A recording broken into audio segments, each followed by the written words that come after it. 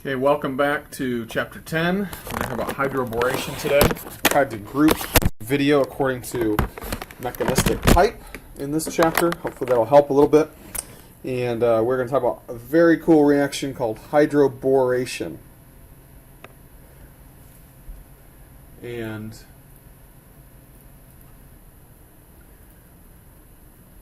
this is 10.16. Hydroboration. So think about it, we're adding a hydrogen and a boron. That's what we get the name from. Hydroboration, oxidation. Okay, we're going to focus on the hydroboration first. It's kind of a two-step process. And let's give you the overall reaction. You can take an alkene, treat it with BH3. We'll see some other sources of boron as we move along. And we'll get to that. But BH3 would give you an H and a boron added, right? These are addition reactions, added across the double bond, right? We added this BH3. And then you can treat that with an oxidant, H2O2, that's a 2 there, and sodium hydroxide. And that changes the boron into an oxygen. So as is always the case, we can't just memorize that, but that's what's happening. Okay? One thing to mention about BH3, we've talked about this quite a bit. This is the reality of boron, is it's got an empty p orbital. The alkene is going to interact with that empty p orbital. Next slide, I'm going to show a little bit more sort of reality of this. A real solution that we might use is what's called BH3THF. And again, this is a nice review of Lewis base, Lewis acid interactions. This is a Lewis base. This functions as a Lewis acid. This oxygen can attack that p orbital. This boron goes from sp2 to sp3.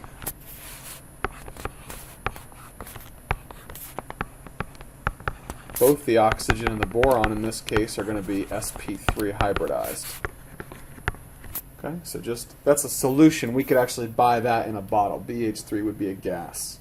Okay, so sometimes you might see a notation. A dot means it's a complex. There's a complex between BH3 and THF. Okay, there'd be a minus charge on boron to balance things out.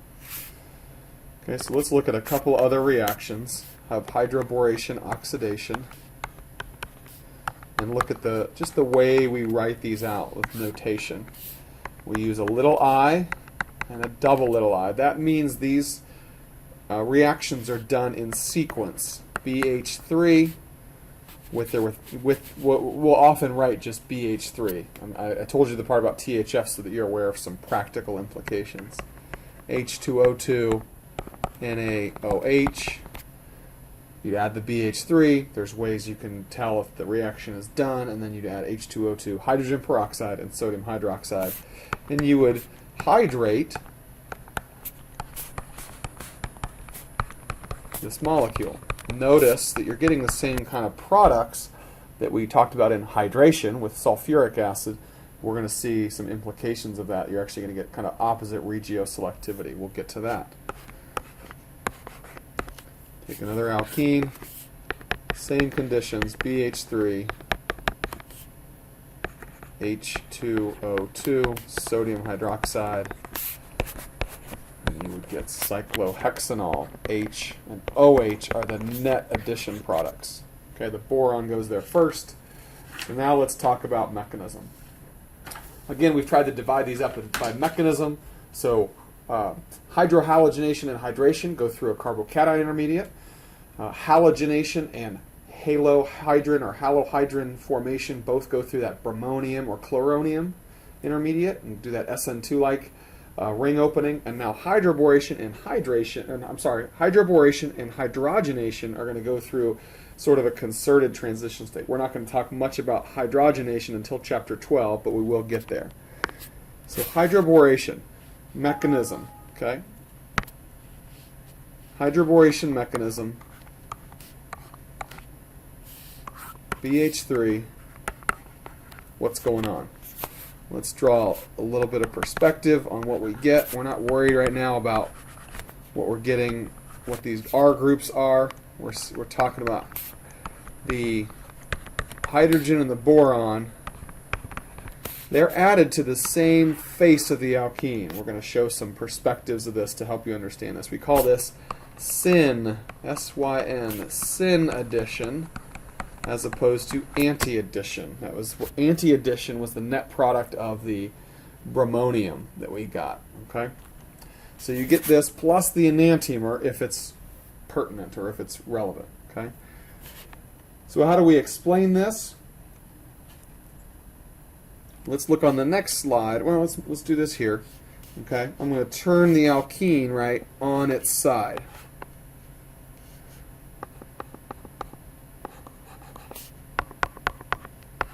And what does that look like? There's p orbitals there, right? There's p orbitals. This double bond is really, and you're not going to have to show all this. What it really is electron density above and below. Okay, so you can kind of, that's what the double bond really is. So there's above and below. So that means the hydrogen and the boron. Okay, let's not put the other two hydrogens on there. Separate those two. You never deprotonate a BH3. Okay, BH3 is never deprotonated. What it does do, right, is it lines up orbitals in a way, right? The boron and the hydrogen are going to approach, and we're going to show some transition states for explanation only, okay, and then we'll go to arrow pushing, okay?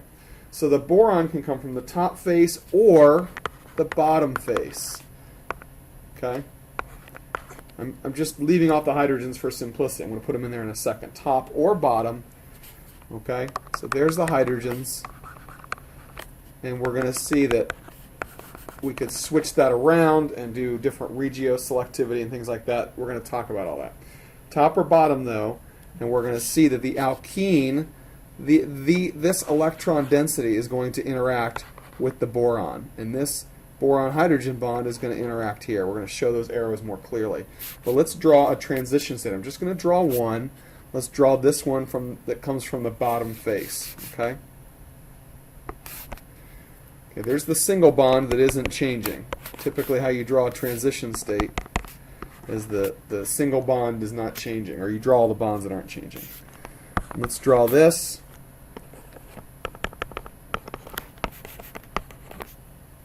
Okay, you get some partial charges. You do not form carbocations in the hydroboration. Okay, what do you see? Partial bonds in like a square almost. You almost have a square of partial bond forming reactions. Okay? And we're going to talk a lot about how to think about these things. There's a partial charge on the boron, partial negative.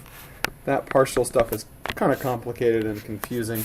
But this would be a transition state that you won't have to draw, but I want you to understand what's going on here is all these bonds are partially formed. Now let's look at an arrow pushing mechanism to explain this better. Okay, and I'm going to introduce a certain molecule. You won't have to draw this molecule by any means.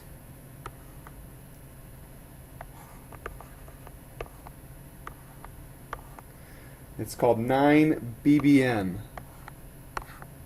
It's like a super chair. It's like a double chair. Okay, and I screwed up. There's a hydrogen sticking off the top here. There's a hydrogen, okay, that goes up, and I'm going to abbreviate. This is 9-BBN.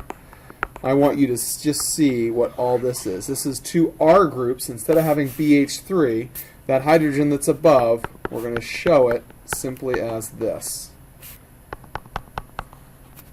There's two R groups. These two R groups are over here. It's R and R. It's the ring forms these R groups. And there's a reason we do this. The reason is we have one single hydrogen, so it can only undergo one hydroboration.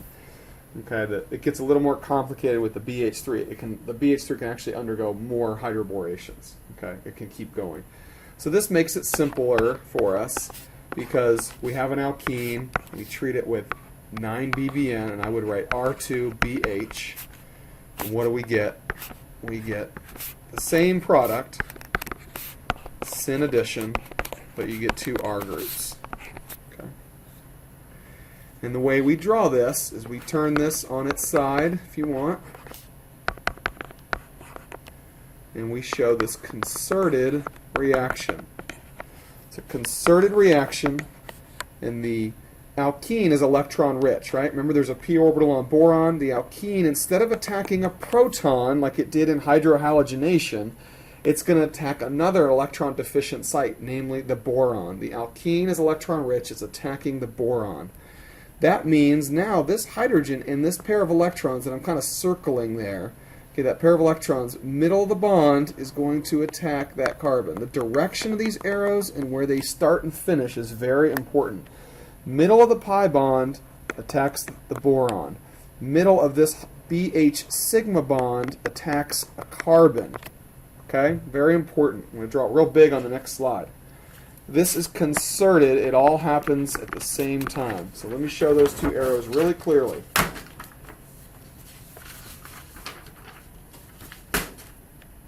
Okay, just real big. Alkene.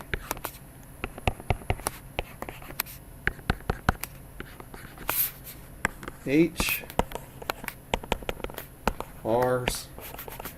And again, see the perspective. The alkene's flat, the boron's coming from the bottom face. The alkene is going to attack the boron. The BH bond, middle of the bond, is going to attack that carbon. That's it, two arrows. Okay? I just redrew what we showed on the last slide. So now let's look at an unsymmetrical alkene. Again, this is kind of where we're always going, is unsymmetrical alkenes and what happens. You can add the R2BH to either direction. We're going to show there's two different directions or regions that can happen here. Regioselectivity. Okay. So I'm going to draw both transition states. Again, this is for explanation. You need to be able to predict the products. I'm going to show the transition state right here. I'm going to draw the alkene the same way twice.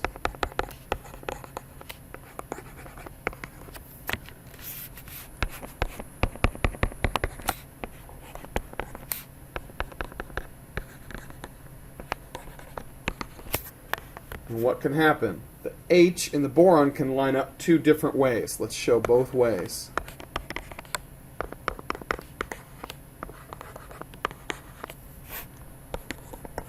And they can attack top and bottom. We're not addressing that right now. We're talking about regiochemistry. Don't forget the p orbital that's there. I'm not drawing it, but I want you to remember it's there. All right?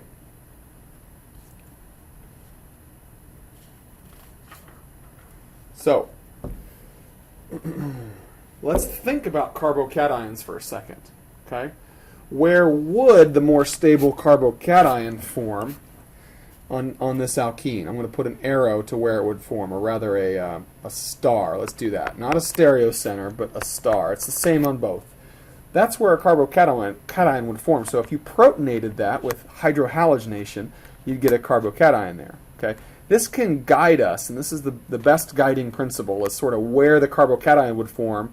And the hard part is it's going to line up with the hydrogen, not the boron. Okay? So let's look at this one. So we would call this a partial positive and a partial negative. That alkene has a partial positive. Look at the boron-hydrogen bond. Which one has a partial positive? It's got to be the boron, right? Why? Because there's an empty orbital there. It's electron deficient. That's by definition partially positive. That means this is partially negative. Okay? We call this it's a well, there are molecules that are called borohydrides. This is functioning as an equivalent of a hydride molecule. Okay? Not exactly. It's not breaking first, but that's the way to think about it. These electrons are going to go towards the hydrogen, which is weird. It's the opposite of what you've been thinking about H's. H's have been behaving as protons. Now they're behaving as hydrides. Okay? And if you notice here, the partial pluses are lined up. We don't want that. Okay? So I'm not going to show the transition. I'm not even going to show the transition state. I'm just going to show the arrows. I'm not going to show the arrows here because this one doesn't work. I'll show the product of that one in a second. Or rather, let's do that now. If this did work, what would you get? You'd get this product over here. CH3 would be on the same carbon as the boron. And then you'd have 3 H's over here. So you'd add H and the R2B like that. And that is not observed. Okay? What is observed, again, partial plus, partial negative. So think about it like this, that these, here's a way to think about this, not to draw it this way, but to think about it. Draw a resonance form to help you see this. A very non-existent resonance form, okay? Think about it. I'm not using the arrows because I want to use the arrows down here, but these electrons go to the partial negative. You got an anion and a carbocation. How's that going to line up? The anion wants to attack the boron. Think about that. The anion wants to attack the boron. That's why we start that arrow from the alkene. You're forming a carbon-boron bond here, right? Carbon-boron, where I'm kind of highlighting with my cursor. That means as soon as that forms, you got 4 bonds to boron in a sense, and this is going to leave and attack here. The hydride, remember we said like a hydride over here. The hydride is going to attack. This happens all at once. It's concerted. Okay? So this is not a real thing, but we're thinking about it. And these two things react with those 2 arrows to give you this product. Notice the big difference here. The boron is not on the carbon with the methyl group. We've added an H, we've added a Br2, but the Br2 is opposite of the methyl group. This is called regioselectivity, and it's called anti-Markovnikov. It does the opposite of hydrohalogenation. Anti-Markovnikov. Okay? So, very important mechanistic considerations. Let's look at some examples. In fact, let's give you some take-home of unsymmetrical alkenes to practice. Show the products of these.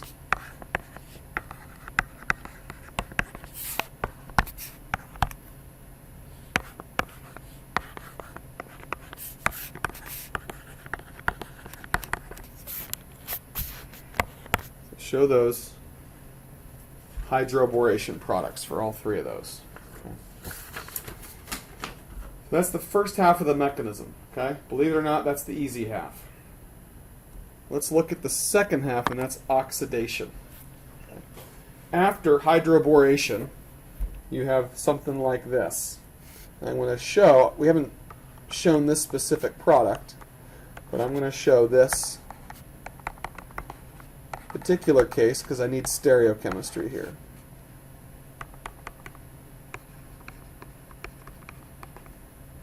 CH3, CH2.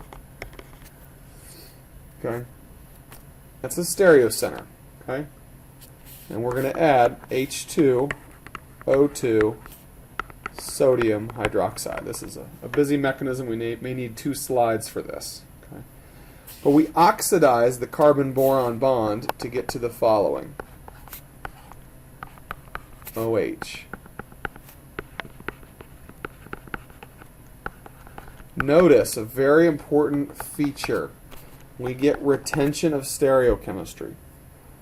Okay? All the methyl, the ethyl, and the hydrogen are all in the same place. Methyl, ethyl, and hydrogen. Methyl, ethyl, hydrogen. You have to see this initially to be able to work through this mechanism.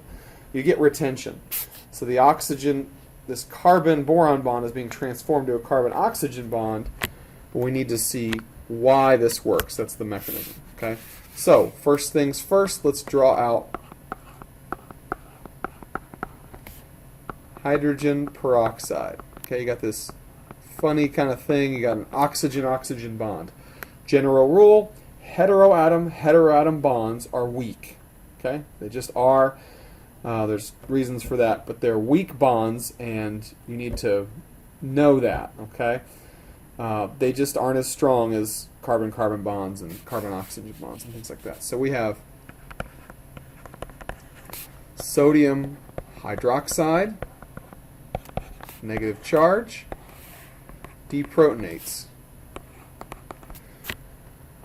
What do you generate here? Sodium hydroperoxide. Now you've got a special anion here. Okay. This proton is going to get deprotonated because there's an inductive effect. That extra oxygen's pulling some electron density away. Now this O- will attack the boron. What does that give? Everything's staying the same on the carbon. I'm going to abbreviate ethyl for simplicity.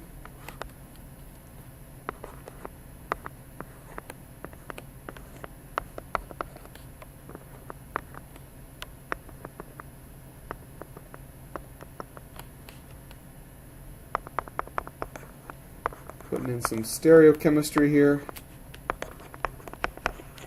That's the initial product. And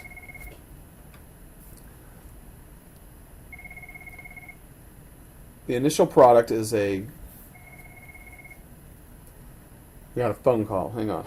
I'm not going to take it. It's ringing. There we go. All right. The initial product is this oxygen-boron bond, not the initial product, the intermediate, okay? Oxygen-boron bond, negative charge on boron, positive charge on sodium, okay? Now, we learned about these before, 1, 2, shift, okay? I'm going to label the numbers. The boron is 1, and the oxygen is 2. So instead of a carbon shifting to a from one position to a carbocation, forming a new carbocation, here we have a 1-2 shift where this whole group, again, you got to kind of see this before you can draw it yourself. This whole group, this carbon right here, we put a circle there. That carbon and its pair of electrons, it's important, are going to shift from boron to oxygen. So that means, there's the arrow. 1-2 shift.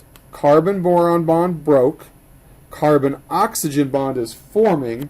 With that, you have to kick out what is normally a terrible leaving group. We're going to explain why. We're going to kind of draw it this way. This attacks, OH minus is leaving, and what do you get? 1-2 alkyl shift. I'm going to try to keep everything drawn as similarly as possible, especially the stereo center. What do we form? Carbon-oxygen bond, and then I'm going to just draw up. The oxygen-boron bond did not break. That's really important.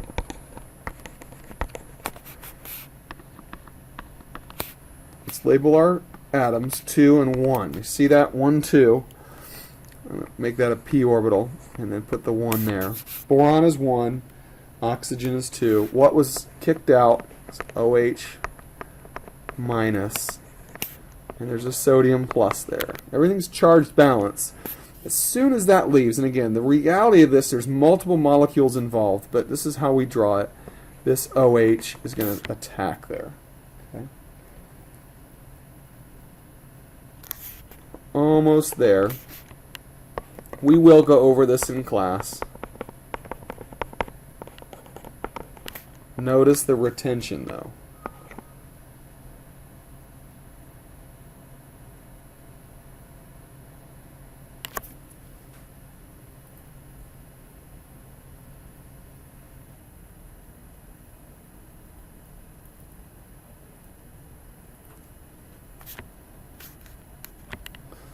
Okay, we'll go over this in class. Lone pairs on oxygen.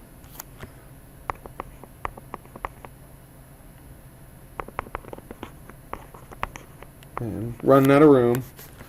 You got to redraw this several times. We'll go over it in class. Nothing else has changed. All we did was form an oxygen-boron bond. So if that's not clear over there, just redraw it using that. Oxygen-boron bond, what we form? The O minus leaves. Again, there's shorthand here. Is a good way to think about this. And then essentially we're getting to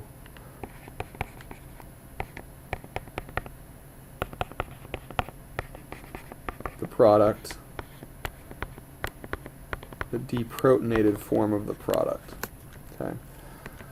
There's complications here in terms of workup. Okay, this right here is the really key step. All of this here, that left half is much, much more important than over here. Okay, there's a lot of leeway. The oxygen's going to leave. It's probably not going to happen. There's just other proton sources. Basically, there's different ways you can get to the product. Okay, the left half is much, much more important.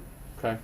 And so you could deprotonate hydrogen peroxide over here to get to the product, or etc. Okay, there's just different ways to represent that. Don't be too bogged down in that. So we'll go over a specific case of both. I'm going to give you sort of a take-home mechanism to work through, and we're going to go through this. Okay.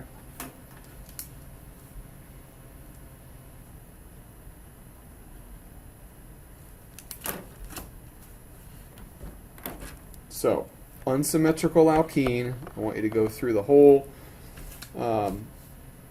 two-step process. And remember, the hydroboration is simply 2 arrows.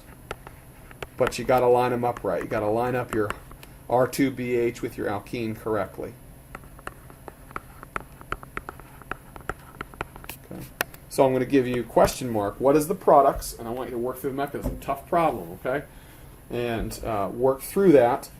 And come to class, ready to work through that, and we'll go over that one. Okay. Another one we'll go over in class is this guy. That's the same thing, but we're going to add this.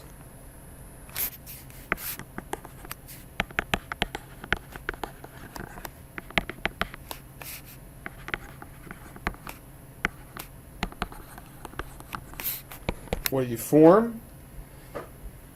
And for our purposes, draw both of these as chairs. Okay, don't forget about chairs.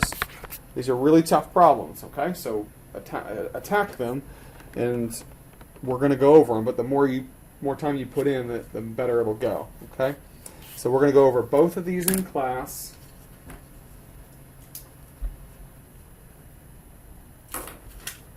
And draw the products, draw them as chairs, think about stereochemistry, it's all important. Okay. So let's do a retrosynthesis problem to finish.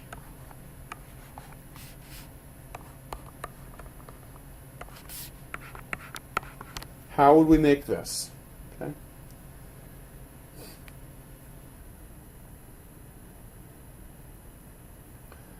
Well, we know 2 ways that we can make, well, a couple more than 2, but directly from alkenes, we can make alcohols by hydration or by hydroboration now. So let's look at an alkene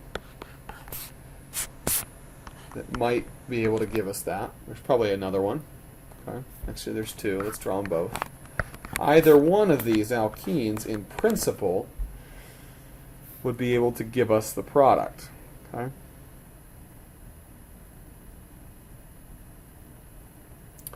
Now there's complications here that we'll talk about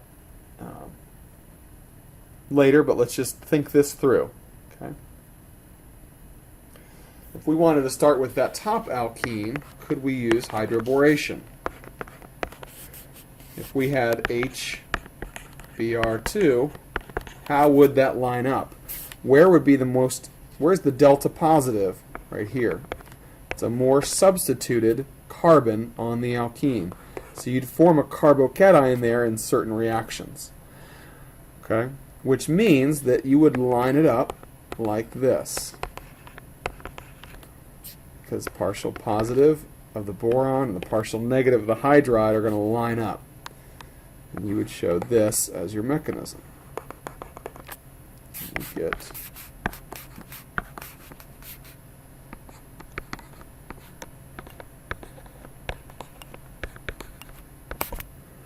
okay. There's implied hydrogens there. What would happen if we treated this with H2O2 sodium hydroxide? There are other oxidants out there, but hydrogen peroxide and sodium hydroxide, you'd get that alcohol. Okay. If a little harder to make it with hydration probably because you might get carbocation rearrangements. Okay, we'll save that for later. But this alkene wouldn't work with hydroboration. So R2BH would not work with hydroboration. Okay?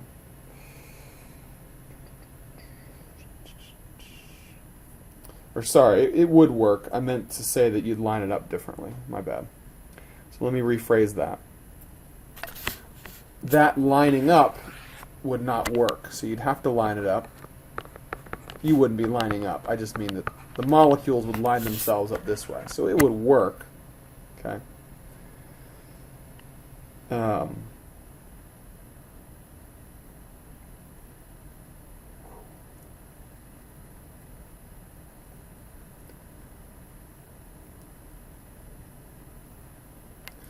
Sorry, I just had a disregard that last part. Okay.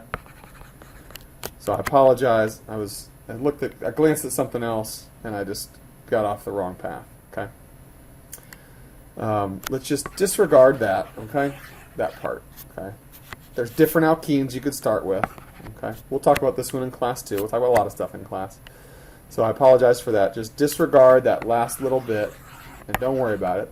The beginning part was fine. There was different alkenes, okay, that you can start with in principle, but you got to work through mechanistic thinking. Okay, so everything down here was fine, and you want to think about retrosynthesis. Continue to think about those things. Okay, so that wraps up hydroboration for now, and we'll take it from there. We'll have one more lecture to kind of wrap up.